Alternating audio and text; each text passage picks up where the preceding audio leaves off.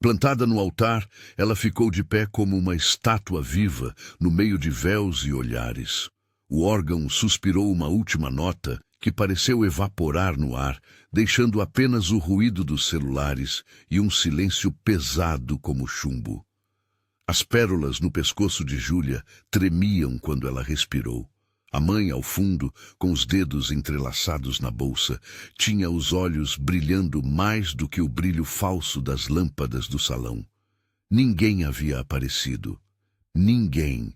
Nem a marcha nupcial, nem o homem prometido, só o vazio em forma de cadeira vazia e um buquê caído que lembrava uma pequena derrota. Os flashes estalaram como chuva de metal. Risos nervosos, cochichos, havia sempre quem encontrasse humor na tragédia alheia. Júlia sentiu o rosto pegando fogo, uma onda que descia da nuca até a ponta dos dedos. Pensou em sumir naquele momento, em sair correndo pelo corredor, em jogar o vestido fora e não olhar para trás. Mas as câmeras não permitiam esse espetáculo de fuga. Já havia imagens demais, já havia histórias demais, começando a se escrever sobre sua falha. Foi então que alguém se aproximou com passos calmos, quase silenciosos. Adriano Feitosa tinha a presença que o dinheiro e a providência administrativa refinam. Uma postura que não pedia espaço, mas o tomava. Ele não interrompeu a cena com palavras altas. Não precisava. Deixou que os olhos passassem por ela com uma atenção clara, sem condescendência, e inclinou-se o suficiente para sussurrar, com a voz baixa, como se dissesse algo íntimo para poupá-la do espetáculo. "Vamos fazer assim", disse ele, tão perto que só ela ouviu. Era uma frase simples e direta, mas carregava um encadeamento de possibilidades. Ela percebeu a extensão da mão antes de entender por completo. Era um gesto que oferecia apoio, não explicava. Havia, na pele da mão dele, a calma de quem resolve situações. E naquele gesto estava a proposição de retomar o controle da cena pública. Ela enxugou o rosto com a dobra do véu e olhou para a mão estendida. Seus dedos vacilaram entre aceitar e recusar o auxílio de um chefe num momento em que a humilhação tinha sido produto público. O poder de Adriano era visível demais para ignorar as implicações. Aceitar o braço dele significaria também aceitar que a história fosse guiada por alguém cujos interesses se entrelaçavam com a visibilidade. Havia risco de manobra, de interpretação torta. Mas havia também uma saída imediata do anúncio cruel que circularia na manhã seguinte em todas as capas. Júlia respirou. Lembrou-se do conselho de Marina, da mãe que um dia lhe ensinara a segurar a própria dignidade com as mãos calejadas de quem já sobreviveu a tempestades. A pérola mais perto de sua garganta parecia pulsar como um pequeno coração que lembrava a promessa de não se deixar quebrar. Ela entrelaçou os dedos com os dele e aceitou a mão que lhe oferecia não um contrato, mas um abrigo por uma noite. Ao caminhar pelo corredor, apoiada naquele braço forte, ela sentiu olhares que pesavam e sussurros que procuravam uma versão da história que confortasse o voyeurismo. Alguns convidados trocaram expressões: admiração, curiosidade, reprovação. Viu Heitor em pensamentos breves, a ausência dele mais nítida do que qualquer justificativa que pudesse inventar. Sentiu ainda a presença do pai que nunca assistira a nada com indiferença, silêncio contido e um orgulho mal disfarçado por ela não ter desmoronado. No hall, Adriano foi direto. Não fez perguntas para alimentar o drama, não ofereceu conselhos vazios. Pediu à responsável pela cerimonial que organizasse um lugar discreto para ela e pediu que alguém trouxesse água. Laura Rios, sua assistente, já sabia o que fazer. Protocolos, gestos, imagem. Em minutos o espaço privado para a noiva estava pronto. Luz amena, um espelho sem flashes, um copo com água e uma toalha dobrada. A assessoria de imprensa de Adriano, treinada para emergências, começou a trabalhar. "Não fale ainda com a imprensa", disse ele com voz baixa. Deixe-me pensar na melhor forma de proteger você. Se a gente controlar o que entra na narrativa, evita que inventem versões piores. Havia autoridade no que dizia, mas também algo mais tênue, um explicitado interesse em poupá-la daquela batalha inicial de humilhação. Júlia sentiu um frio e, ao mesmo tempo, um alívio. Não era gratidão cega. Era apenas reconhecimento de que, naquele ponto, ser ajudada não era vergonha, era estratégia. A decisão, tomada entre respirações curtas e o ruído distante do salão, veio com cláusulas implícitas. Eles combinariam uma versão pública, não uma mentira elaborada, explicou ele, mas uma narrativa que lhe restituísse dignidade naquele momento. Adriano propôs uma solução direta. Eles falariam que o casamento estava suspenso por motivos pessoais. Ele apareceria ao lado dela nas primeiras imagens para demonstrar apoio. Ela, então, se recolheria para avaliar os passos seguintes com calma. Haveria, claro, um acordo sobre limites, nada que comprometesse a autonomia dela no trabalho, nada que forçasse encontros íntimos fora do que ela desejasse. Júlia firmou a cabeça. Acordou com as condições, firme, porque sabia que, se cedesse espaço para qualquer interpretação de troca de favores, perderia mais do que a noite. O gesto de aceitar não era sinal de submissão, era um uso tático da visibilidade. Uma arma que se podia manejar contra o próprio espelho, que refletia a humilhação. À sua frente, Adriano teve de modular a postura. Seria aliado público, não explorador privado. Esse fio tênue, repetido em cada palavra, seria o que garantiria que a ajuda não se tornasse cárcere. Quando saíram novamente ao salão, as lentes já estavam apontadas. Fotografias foram feitas em segundos.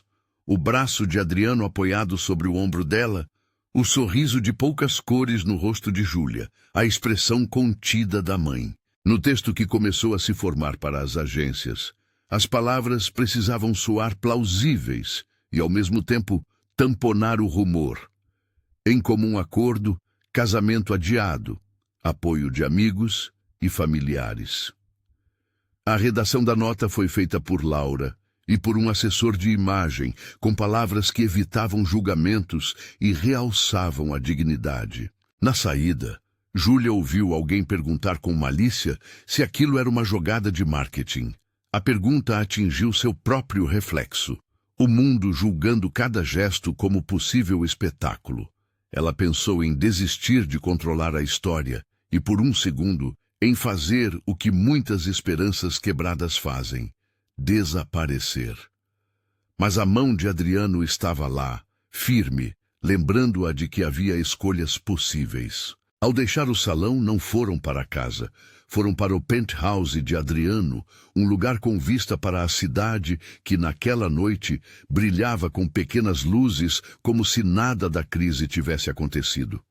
O apartamento era aberto, com janelas que projetavam o contorno dos prédios atrás das cortinas translúcidas.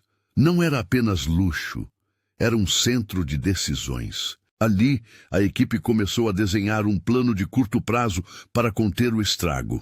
Comunicação coordenada, posts calibrados, entrevistas estrategicamente marcadas.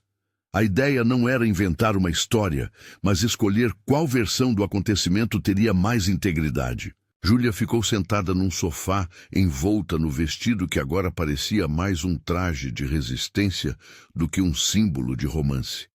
Adriano trouxe chá, devolvendo-lhe o calor aos dedos. Ela olhou para o rosto dele em busca de algo mais além do executivo. Viu, nas linhas ao redor dos olhos, que também carregava pressões de outro tipo, o peso de manter a reputação da empresa, o cuidado com as ondas que uma história assim podia gerar para sua imagem pública. Não era puro heroísmo, era responsabilidade e talvez cálculo, mas os cálculos podem ser compassivos. Não quero que isso interfira no meu trabalho, disse Júlia, sem rodeios. Não vai, respondeu ele. A minha vida corporativa é separada demais para eu permitir que um assunto pessoal de um colaborador vire moeda de troca. Isso está decidido. Ele falou com convicção, mas também ofereceu segurança. Garantiu que ela continuaria como antes, que não haveria demissão nem demérito por aceitar ajuda. E repetiu, quase como um juramento de honra, que qualquer presença dele ao lado dela seria sempre por vontade dela, e que, se em algum momento ela pedisse espaço, ele se afastaria de imediato. As conversas naquela noite foram longas e práticas. Definiram quem daria entrevistas, que imagens seriam liberadas, quais amigos poderiam declarar apoio. Definiram também limites. Não haveria declarações de amor forjadas. Não haveria um espetáculo de cumplicidade fabricada. A estratégia era clara: restituir a narrativa a ela, em vez de deixá-la ser ditada por especulações rasteiras. No entanto, no meio dos rascunhos e das decisões, surgiram pequenas fissuras de humanidade. Em 2 ou 3 ocasiões, os olhares fugiram para além das pautas e coisas não ditas ficaram no ar. Adriano contou de leve sobre os pesares que costumava carregar, a sensação de que o mundo empresarial pedia atitudes duras e, por isso, ele se permitia poucos gestos pessoais. Júlia falou sobre como a profissão de jornalista, embora fosse redatora, ainda carregava o viés da busca pela verdade. A ensinara a desconfiar das versões fáceis. Havia respeito mútuo ali, construído em confidências curtas, que não se transformavam em nada além de reconhecimento. A cidade, entanto, já começava a tecer suas versões. Nas primeiras horas, as redes sociais vomitaram títulos e memes. Alguns defendiam, outros criticavam. Havia quem dissesse que ela era vítima, e quem, com a mesma rapidez, cobrasse explicações. A imprensa que antes assobiava, agora se galvanizava pela história do dia. Era o tipo de tempestade que não apenas se alimenta de fatos, mas também de vazamentos. E vazamentos são como sombras. Sempre há uma mão disposta a empurrá-los na direção certa. No dia seguinte, logo cedo, Laura já estava com uma lista de contatos e um cronograma para o release. Adriano convidou Júlia para uma entrevista conjunta, curta e controlada, aparecendo ao lado dela, não como entretenimento, mas como testemunha do apoio. Eles redigiram em conjunto um texto simples, verdadeiro no espírito. Júlia Guimarães está bem. O casamento foi adiado por motivos pessoais. Agradecemos a compreensão. Nada mais. O objetivo era tirar o espetáculo do pedestal e pôr a dignidade de volta no centro. Quando as primeiras imagens foram publicadas, a reação do público foi uma montanha russa. Em alguns círculos, o apoio foi imediato. Gestos de solidariedade, mensagens de conforto. Em outros, a reação foi de escárnio. Nunca, porém, foi indiferente. A narrativa escapava das mãos deles por instantes. Um comentário mal colocado de um colunista, uma manchete sensacionalista de madrugada. E cada vez que isso acontecia, Adriano fazia intervenções rápidas, cortando o excesso. Em meio à gestão da crise, Júlia tentou recuperar pequenos fragmentos de normalidade. Falou com Marina ao telefone, que lhe ofereceu uma presença calma e prática. Vamos resolver isso como a gente resolve tudo, com trabalho e conversa. A irmã trouxe lembranças de infância e risos curtos que por um momento pareceram um bálsamo. A mãe, por outro lado, era menos dada a conselhos, olhava e guardava. Havia uma força nas mulheres da sua família que ela começava a entender melhor só naquela noite, agora que a sua dignidade tinha sido posta à prova. No trabalho, os colegas reagiram de formas diversas. Alguns enviaram mensagens de apoio, outros foram diplomáticos, ponderando sobre a exposição e o impacto que aquilo poderia ter na redação em que ela trabalhava. Patrícia Salgueiro, presidenta do Conselho da Montblanc, foi breve em sua comunicação. Profissional, cortês, uma nota que indicava a aprovação condicional das ações de Adriano. Haviam olhos institucionais, avaliando limites e consequências. O mundo corporativo, no entanto, tem inquietações próprias. Enquanto Adriano coordenava os primeiros passos da narrativa, ele também recebia olhares e e-mails que evocavam riscos diversos. Como a imagem da empresa poderia ser associada a um possível escândalo? Como os concorrentes iriam reagir? A balança de custos e benefícios se movia a cada comentário nas redes. Mas por baixo de tudo isso, havia uma decisão pessoal que ele já havia tomado. Por aquela que havia sido deixada no altar, ele tomaria uma parte do estorvo para que pudesse continuar vivendo sem a humilhação que circulava. Mesmo com a estratégia em andamento, havia vozes que não aceitavam o controle. Em algum canto, alguém alimentava a narrativa contrária. Logo surgiu o rumor de que havia vazamentos vindos de dentro, fotos tiradas antes, mensagens privadas que alguns desejavam tornar públicas, fragmentos que transformariam a história de vitimização em algo mais sujo, uma farsa planejada. Essa possibilidade era como uma pedra atirada num lago sereno. As ondulações alcançavam margens onde pessoas julgavam sem reconhecer que estavam sendo instrumentadas. Elisa Duarte, uma jornalista de redes, afiada, ambiciosa e com acesso a fontes internas, aparecia no radar como a provável motor dessa confusão. Não se sabia se sua intenção era política, vingança ou simplesmente a ganância por cliques. O fato era que Elisa representava uma ameaça plausível. Tinha os meios e a motivação para transformar tudo em tempestade real. E em casos assim, a verdade, por mais nobre que seja, exige coragem para ser contada. O tempo nessa fase era simultaneamente inimigo e aliado. Cada minuto que passava dava espaço para boatos, mas também para concertos. Adriano sabia que, se agisse rápido com a narrativa certa, podia inverter parte da corrente a favor de Júlia.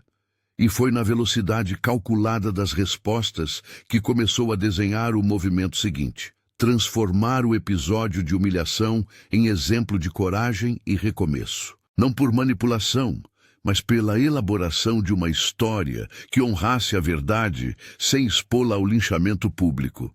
Enquanto isso, em cortes íntimos do Penthouse, as conversas entre Adriano e Júlia eram mais do que declarações táticas.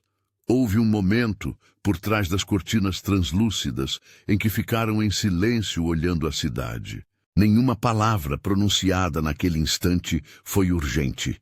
Ambas sabiam que havia complexidade a ser resolvida, mas também que a crise permitia encontrar um ponto de apoio humano. "Você confia em mim?" perguntou ele finalmente, com uma voz que não queria manipular. Era uma pergunta simples, honesta, desprovida de artifícios. Não havia proposta de romance ali, apenas um pedido: a permissão para ser aliado. Ela considerou a pergunta. Confiança não se conquistava em horas, porém, em momentos de crise, era testada e, às vezes, concedida por necessidade. Ela respondeu com sinceridade: "Confio que você vai ficar do meu lado enquanto eu quiser que fique", disse ela. "Isso já é suficiente." Adriano assentiu. O acordo agora não era apenas visível, era moral. Os limites foram reafirmados. A ajuda tinha um prazo mínimo de exposição pública. Haveria revisões e, acima de tudo, autonomia para ela se retirar quando julgasse necessário. Foi um pacto de respeito que, no fundo, ambos sabiam carregar o perigo inerente de qualquer relação assim iniciada. A proximidade forjada por necessidades pode, com o tempo, se tornar algo impossível de controlar. Na manhã seguinte, a calma parecia parcial. As manchetes esfregavam a história na superfície pública como uma lixa. Havia cliques e xingamentos, apoios fervorosos e condenações rápidas. Mas a nota simples que igreja, família e assessoria combinavam ecoou com uma força suave. Dignidade. É o que queriam transmitir. Em algumas redes, a narrativa encontrava eco. Em outras, ainda havia murmúrios. E então, quando tudo parecia encaminhado para um mínimo de reparação, um som estranho interrompeu o planejamento. Uma notificação silenciosa subiu no canto do laptop de Laura. Um vazamento pequeno, mas com potencial explosivo, havia escapado do controle. Era um print de mensagens antigas enviadas de um número reconhecido por alguns. E o remetente, segundo o arquivo, era alguém de dentro. Adriano viu a tela com calma clínica por um segundo, que durou quando se tem a sensação de que o chão pode abrir. Ele sabia quantas pontes a verdade poderia queimar e quantas portas a mentira poderia fechar. Laura fechou o laptop, como quem tenta sepultar a notícia antes que ela respire. "Quem fez isso?" perguntou ele sem elevar a voz, como se a contenção fosse a única arma eficaz. "Ainda não sabemos", respondeu Laura, olhando para a lista de distribuições, "mas tem cara de alguém que queria vingança." Júlia, no outro lado do sofá, sentiu a pressão da onde vem a responsabilidade de quem foi exposta. Não era apenas a sua história ali. Havia reputações, empregos, uma fundação de segurança que poderia ruir se a narrativa virasse farra. Ela ergueu a mão pequena e tocou o topo da cabeça de seu vestido, como a lembrar-se de que, apesar do vestido, apesar do nome, era um ser humano que podia decidir. O escândalo prometia uma escalada, e em algum lugar, entre as mensagens e as manchetes, havia mãos invisíveis prontas para transformar um momento de fragilidade em um espetáculo sem fim. Haveria que decidir se aceitariam essa escalada ou se, de alguma forma, reconduziriam a história para um espaço de reparação. Adriano fechou os olhos por um instante e, quando os abriu, jurava para si mesmo proteger a dignidade daquela mulher que minutos antes tivera o altar vazio e a vida ainda inteira por reerguer. Não era herói, não queria sê-lo. Era apenas alguém que reconhecia que nas pontas de um fio havia vidas que mereciam ser cuidadas.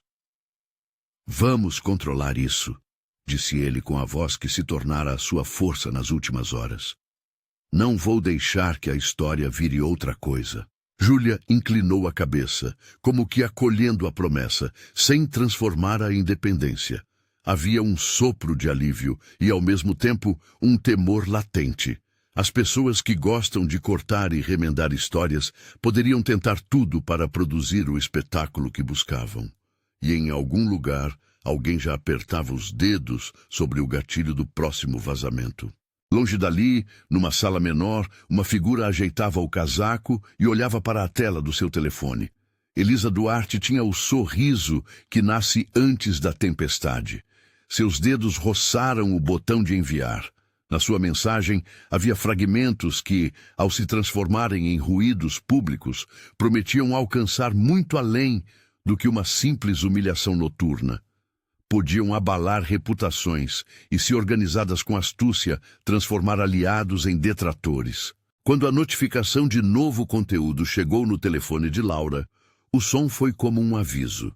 A noite, que por ora servira para alinhar defesas, agora exigia uma ofensiva sincera. Júlia, que sentira o peso de cada olhar nos últimos dias, fechou os olhos. Pensou nas crianças que um dia poderia ajudar, nas mães que não tinham direito a ter suas histórias protegidas, no trabalho que era mais do que headlines. E no silêncio breve que antecede qualquer decisão grande, ela respirou fundo, sentiu a pulseira de pérolas roçando o pulso e se levantou. Não voltaria a ser personagem de um roteiro escrito por outros. Se a verdade precisava de voz, ela a daria. Se a narrativa precisava de reparação, ela a buscaria. "Vamos para a coletiva", disse ela com voz firme. "Se vamos assumir algo, que seja a verdade." Adriano olhou para ela com surpresa e admiração. Era o momento em que o plano deixou de ser apenas proteção e começou a ser propósito compartilhado. A ideia de contar a verdade, mesmo que parcial e comprometida, crescia como uma consequência inevitável. Dizê-la significava assumir riscos, mas também significava devolver a dignidade àquele que foi ferido. Eles começaram então a preparar uma fala que não seria uma carta aos sensacionalistas.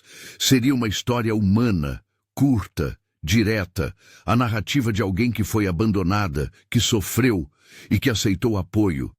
Não um espetáculo de regeneração instantânea, mas uma confissão de fragilidade e de coragem.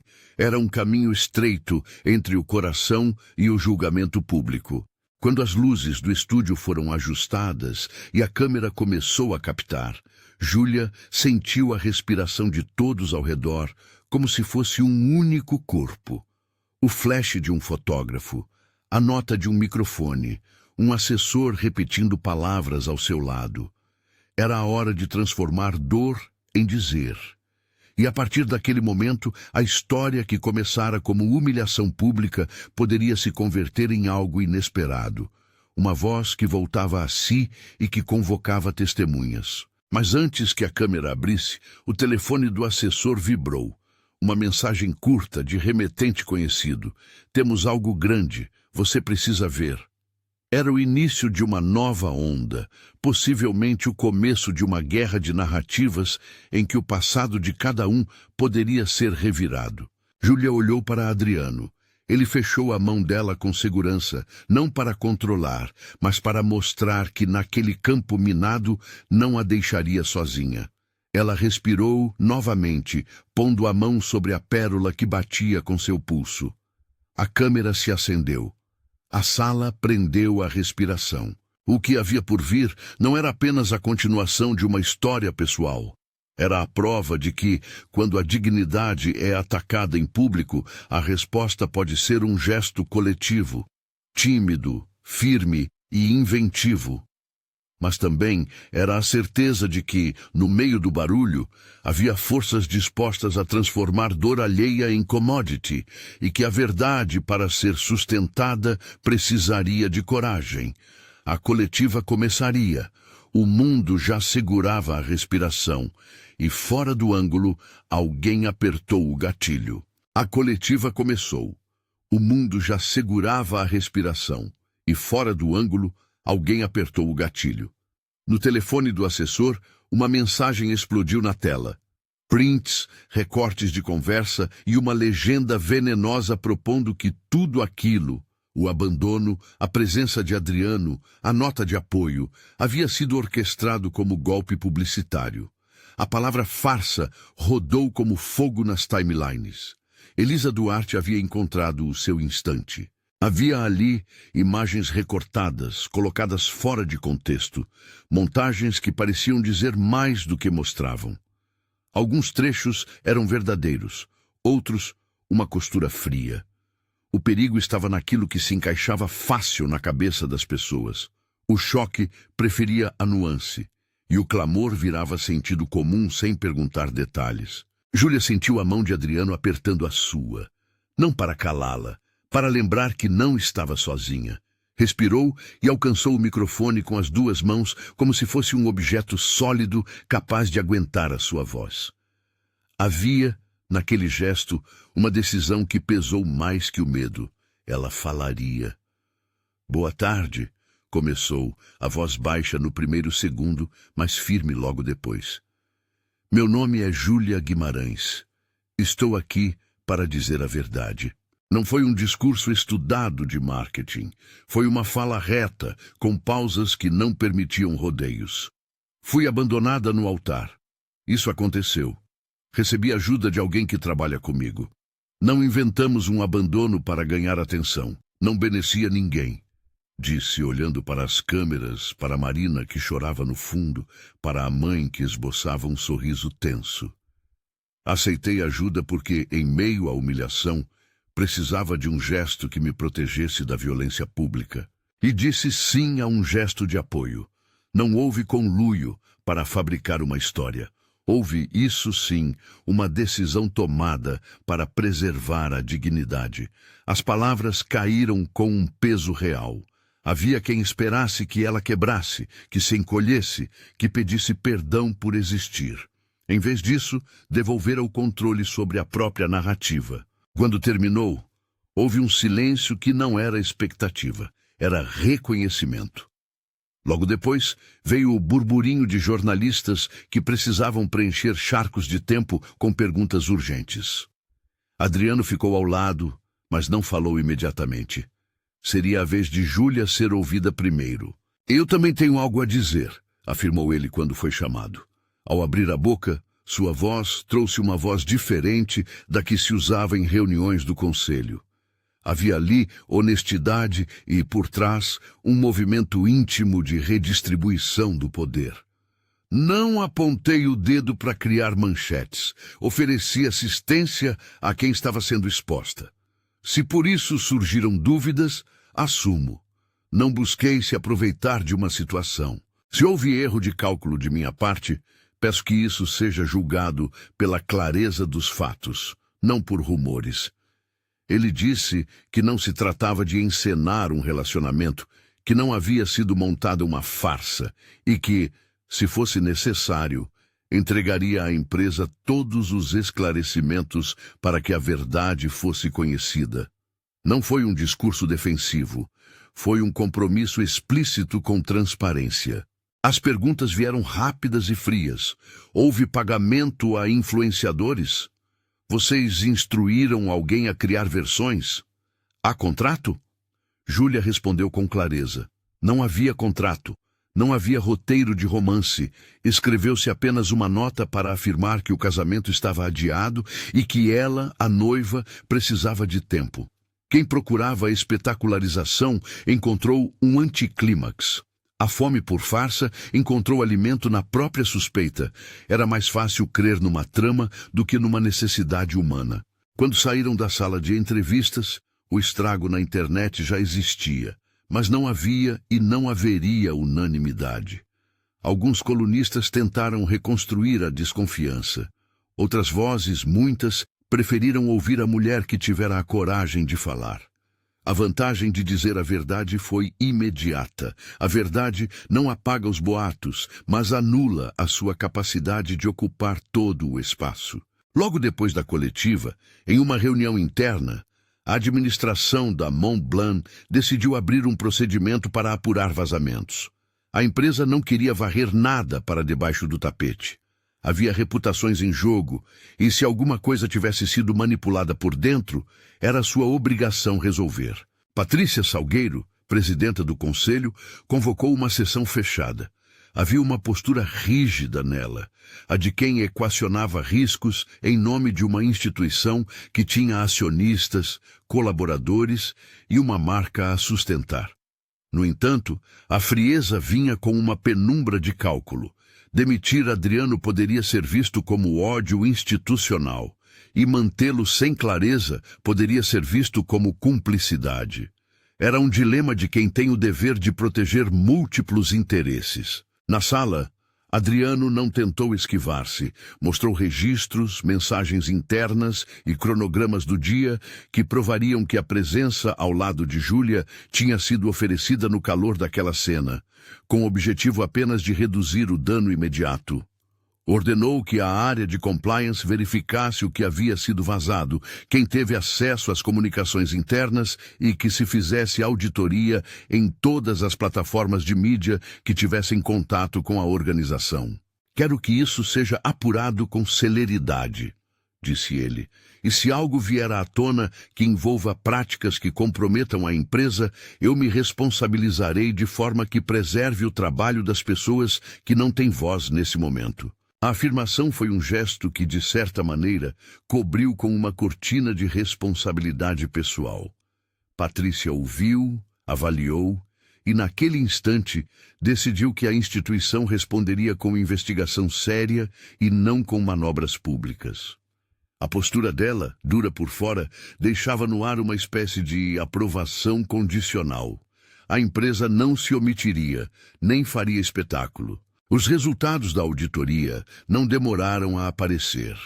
Havia uma teia de comunicações indevidas que apontava para uma fonte, uma consultoria externa de comunicação que havia trabalhado no passado com a Montblanc e que mantinha em sua equipe uma pessoa com acesso a materiais antigos e alguns contatos de mídia. Essa pessoa havia sido contatada por alguém que se apresentou como fonte de informação e ofereceu material que, se divulgado, produziria ruído massivo. As mensagens e transferências indicaram que havia, sim, interesse em inflamar a situação. Elisa Duarte, por sua parte, publicara o material nas suas redes. Era jornalista de redes, voz ácida e com público fiel. Para muitos, era a voz que descortinava o que outros escondiam. Para outros, uma caça que beirava sensacionalismo. Ao relatar o vazamento, a equipe de compliance da Montblanc acessou logs que mostravam que Elisa recebera arquivos de um número não institucional e que pagara por exclusividade. A conexão parecia indisfarçável. Quando as evidências surgiram, a reação foi dupla. Para os que buscavam justiça, veio alívio. Para os que viviam de escândalo, veio a negação. Elisa, confrontada com os indícios, alegou ter recebido o material de uma fonte anônima. Alegou liberdade jornalística. A diretoria, respeitando princípios legais e éticos, acionou medidas internas, desligamento do consultor que repassara os arquivos e busca por responsabilização profissional de quem teria coagido a cadeia de confiança. A empresa não processou por vingança. Garantiu processos claros que resultaram em demissões e perda de contratos. No mundo público, entretanto, não foi uma vitória instantânea. Havia quem insistisse que a intenção da presença de Adriano fora outra. Nas caixas de comentários havia feridas abertas. O preço da exposição é a dúvida que a alimenta. Mas, ao contrário do que muitos aguardavam, a narrativa passou por transformação significativa quando, semanas depois, um vídeo anônimo, editado, mas com cenas verdadeiras, mostrou o instante em que Júlia aceitava a mão de Adriano no corredor. Não havia troca de favores explícita, não havia contrato, havia apenas um gesto de proteção. Percebeu-se aos olhos de parte do público que havia diferença entre conspiração e apoio. A palavra dignidade entrou novamente no vocabulário das redes. Outras vozes começaram a insistir que a coragem de dizer a verdade merecia algum abrigo. A maré não virou de imediato, mas o equilíbrio mudou. No cotidiano, a vida seguiu com cicatrizes novas. Júlia voltou a trabalhar gradualmente. A redação, onde era redatora, a recebeu com um misto de curiosidade e cuidado. Havia quem a evitasse, havia quem oferecesse abraço. No íntimo, ela lidava com os restos da humilhação. Nos olhos de alguns havia ainda comparação, em outros, reconhecimento. O processo de cura continuava. Adriano, por sua vez, mexeu nas estruturas da sua rotina de diretor. A exposição serviu de alerta para ele. O poder que sua posição lhe dava podia ser mal interpretado, e isso exigia transparência e limites. Pediu para que suas participações públicas fossem avaliadas com cuidado e autorizou um protocolo de reportagem interna que deixava explícito o que era pessoal e o que era corporativo. Para muitos, foi uma guinada inesperada. De um homem público concentrado em resultados, apareceu um gesto de cuidado institucional. E nessa construção de limites e cuidado, algo nasceu entre eles. Devagar, sem pressa, sem promessa de roteiro. Não foi paixão em Cliff, nem revanche disfarçada. Foram pequenas cenas. Uma conversa no carro entre a saída de uma entrevista e a chegada a uma reunião. Um café tomado na cozinha da Penthouse enquanto comentavam um artigo. Um telefonema às 2 da manhã para consolar a irmã de Júlia. Um abraço que durou um pouco mais do que o necessário. Tudo aconteceu com o tempo que a confiança consente. Houve, claro, muitas conversas francas sobre poder.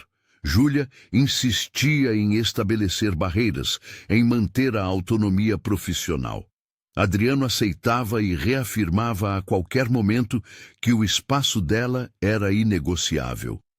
Em uma noite chuvosa, quando a cidade parecia apagar suas luzes para escutar os relâmpagos, Júlia perguntou, entre o silêncio e o barulho da chuva: como posso ter certeza de que isto é real e não a continuidade de um plano? Ele olhou por um tempo à janela, viu as gotas tecerem marcações nos vidros e respondeu com a simplicidade de quem não ensaia palavras: você não pode ter certeza agora. Nem eu.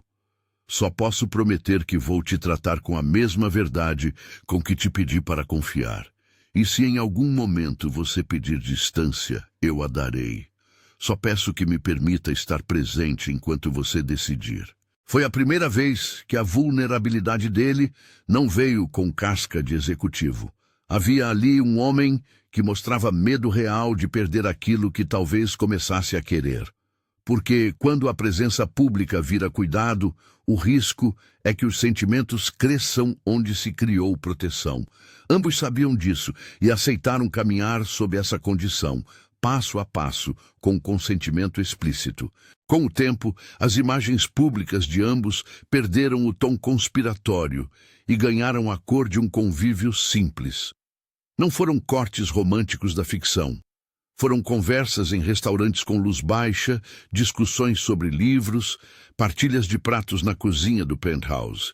A imprensa tentava dar rótulo. A vida negava o rótulo e construía o dia a dia.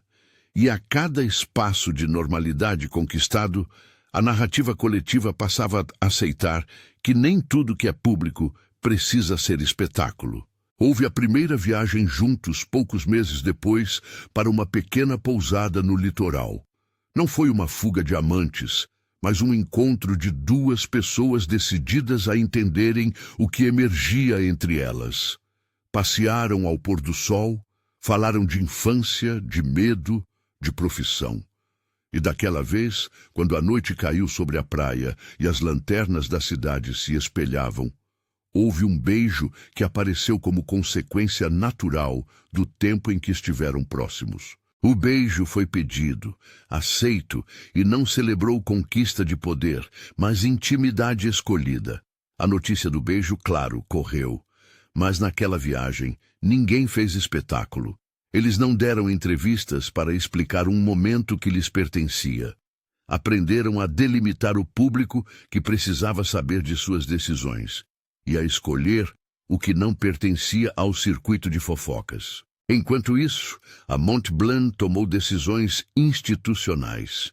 Em razão do vazamento e da necessidade de reparar, parte do Conselho aprovou um fundo para projetos sociais com ênfase em apoio a mulheres vítimas de violência de exposição pública e violação de privacidade. Um conselho consultivo foi criado e Júlia, por sua experiência, foi convidada a participar nas discussões. Ela aceitou. A participação lhe deu espaço para transformar dor em ação. Meses depois, promoveram um evento de arrecadação para a nova iniciativa, a Fundação Nova Chance. Foi uma noite calorosa, com discursos práticos e emocionantes. Adriano fez um pronunciamento que deixou transparecer o quanto aprendera. Falou de responsabilidade e de escuta. Falou da necessidade de instituições que não só façam lucro, mas que também respondam às violações que o mercado digital gera. Júlia falou por alguns minutos, descrevendo como um gesto de proteção a fizera perceber que havia lacunas na rede pública de amparo a quem é exposto. Naquele gala, com luzes e olhares, depois de um discurso que uniu razão e emoção, quando os convidados aplaudiram, aconteceu um momento simples. No caminho de volta, em frente ao jardim do hotel, Adriano segurou a mão de Júlia e, com o consentimento dela, selou algo que as palavras ainda não definiram. Não foi um beijo para as câmeras. Foi um gesto de cumplicidade que a imprensa tentou traduzir em manchetes, mas que, para eles, foi tão só um passo a mais em direção a algo que ambos escolheram. 2 anos após o episódio do altar, a Fundação Nova Chance já tinha projetos consolidados. programas de aconselhamento jurídico para vítimas de vazamento de dados, oficinas de comunicação para famílias expostas e bolsas para profissionais de comunicação que se comprometiam a pautar ética sobre a audiência. O trabalho começou pequeno, cresceu com o apoio de parceiros e ganhou atenção por fazer, com simplicidade e eficácia, aquilo que muitos anunciavam em palavras grandiosas. Nesse processo, Patrícia, que antes olhara com desconfiança para a participação de Adriano em questões pessoais que pudessem afetar a empresa, passou a entender o valor social da iniciativa. A rigidez institucional deu lugar a um pragmatismo que reconhecia que a responsabilidade social, quando bem estruturada, fortalecia a marca e salvava pessoas. A atitude de Patrícia evoluiu. Ela passou a apoiar, com reservas, as políticas de compliance que Adriano propusera e, por fim, tornou-se uma aliada discreta da fundação. Quanto a Elisa, as consequências profissionais foram duras. A credibilidade que se constrói com tom, precisão e ética não se sustenta, em longo prazo, sobre práticas que exploram fontes duvidosas. A repercussão do caso fez com que contratos fossem revistos e, em campo profissional, portas se fechassem. O mercado, brutal em sua lógica, mas implacável também em sua autocorreção, cobrou seu preço. Elisa continuou ativa, porém perdeu grande parte de seu acesso institucional. Não houve de imediato revanche judicial. Houve, sobretudo, perda de influência e uso reduzido de suas credenciais por editores, que priorizavam segurança de fontes e verificação. Ela resistiu, culpou, aprendeu e, eventualmente, reinventou-se longe do ruído que a consagrara no início. A exposição teve para ela efeito de espelho. Até onde valia a busca por cliques quando havia um padrão ético a zelar? O tempo, em sua paciência, foi alinhando peças. A sociedade pública, volátil e ansiosa por julgamentos, começou a recolher elementos de uma história mais complexa que a manchete permitia. A coragem de Júlia em falar, a disposição de Adriano em aceitar responsabilidades institucionais, a investigação interna que demoliu a teoria da farsa. Tudo isso formou um mosaico que permitiu uma leitura mais humana do episódio. Em meio a essa reconstrução, ocorreu algo que mudou mais uma vez a lógica dos dois: a adoção. Não uma decisão impulsiva, mas o fruto de conversas longas sobre família, vulnerabilidade e o desejo de prover um espaço seguro para uma criança. O vínculo que surgira entre eles já transbordava além do protocolo. Ao perceber que tinham, entre ambos, condições emocionais e práticas para acolher alguém, começaram o processo de adoção. Conheceram Sofia em um centro de acolhimento. Era uma menina de olhos grandes, travessa e desconfiada, com um sorriso que demorava a surgir. No primeiro encontro, Júlia leu para a menina um livro de histórias que encontrara no armário do centro. Adriano fez caretas e trouxe um biscoito que virou moeda de troca. Sofia olhou de esguelha, mediu os dois estranhos que vinham com promessas grandes demais para seus dias. Ainda assim, algo se abriu. Nos encontros seguintes, ela deixou que a voz da Júlia fosse menos técnica e mais de mãe. Deixou que Adriano aprendesse o nome do seu personagem preferido. A adoção não foi fotografia rápida, foi construção, com certidões, visitas e, principalmente, com paciência. Quando, finalmente, a guarda fora dada e depois a adoção confirmada, não se tratou de um final folheado pela imprensa. Foi um momento pequeno demais para manchetes e grande demais para os olhos de quem o viu acontecer. Na primeira noite em que Sofia dormiu no quarto dela, Júlia sentou na cadeira de amamentar imaginária e sentiu que o que a tornara forte naquela noite no altar era a mesma força que a permitia comovida diante de uma criança que ganhara lar. Os anos foram passando com as nuances da vida comum. reuniões da fundação, horas de trabalho, festas de aniversários, visitas a escolas, fotos tímidas em redes sociais que procuravam não expor demais a intimidade. A relação entre Adriano e Júlia não foi livre de ruídos, discussões sobre limites, ciúmes ocasionais, o desconforto de lidar com as sombras do passado. Mas eram ruídos que se resolviam com conversa, terapia e decisão constante de tratar o outro com dignidade. 5 anos depois do episódio do salão, realizaram um casamento real. Não foi um evento que buscou revanche contra a memória do abandono. Foi uma celebração de uma família que se havia reconstruído. O padre Silva, que havia presenciado a cerimônia primeira numa outra circunstância, voltou à sua presença. Havia menos luzes glamurosas. A festa foi íntima, com a família, com amigos que permaneceram e com a presença discreta de ex-colegas que viram a transformação.